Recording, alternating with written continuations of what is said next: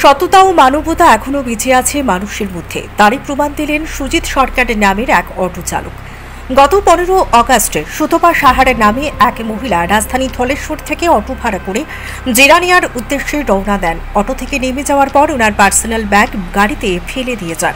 তখন সেই মহিলা ধলেশ্বর এলাকায় আসে এবং অটো গাড়িটি খোঁজাখুঁজি করে কোনোভাবেই অটোটি আর খুঁজে বের করতে পারছিলেন না।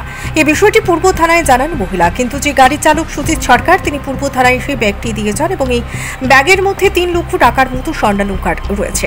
সেই ব্যাগের মালিক সুতপা সাহাকে তার ব্যাগ এবং জিনিস তুলে দেওয়া হয়। পাশাপাশি মানবতার পরিচয় দেওয়া অটো চালক সুজিত সরকারকে সম্বর্ধনা প্রদান করে পূর্ব থানার police. Bureau report, planet Tripura news.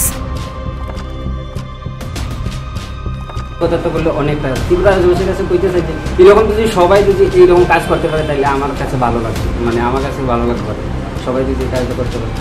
সবাই তো গোল্ড জিনিসটা কেউ কিন্তু কেউ পাইলে দিত না, যদি 3 লাখ 3.5 লাখ টাকার জিনিসটা কইছে, কিন্তু আমার হিসাবে প্রতিটা মানুষ যদি এরকম ঠিক হয় তাহলে আমার কাছে ভালো লাগবে। এইটাই আমার পাওনা আর আমার কিছু লাগবে। ঠিক আছে, বাড়ি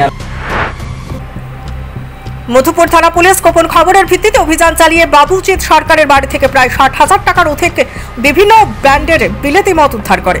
পরবর্তীতে মধুপুর থানার পুলিশ তাকে গ্রেফতার করে নিয়ে যায়। মদ সহ জানা যায় বিয়ার সহ বিভিন্ন ব্র্যান্ডের মদ রয়েছে সেখানে 278 বোতল, যার বাজার মূল্য 60,000 টাকা বলে জানিয়েছেন মধুপুর থানার ওসি দেবজিৎ চ্যাটার্জি।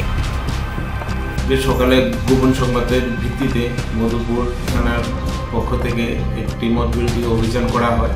তাতে প্রায় 278 ফরেন লিকার বোতল আমরা উদ্ধার করি এবং সিজ করি ঘটনাস্থলে এবং একজন ব্যক্তিকে গ্রেপ্তার করা।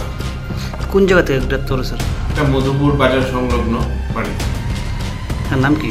ওর নাম বাবুজিৎ সরকার, বাড়ি মধুপুর। স্যার কি কি ব্র্যান্ডের মাল পাওয়া গেছে এখানে? এটাতে আছে রয়্যাল স্টেক আছে, বিয়ার আছে, বিভিন্ন ডিফারেন্ট ব্র্যান্ডের আছে। কত টাকা হতে পারে আনুমানিক? আনুমানিক 50 থেকে 60,000 হবে। কী করবেন এখন? তাকে গ্রেপ্তার করা হয়েছে তো কী করবেন এখন? এখন আদালতে ফরওয়ার্ড করা।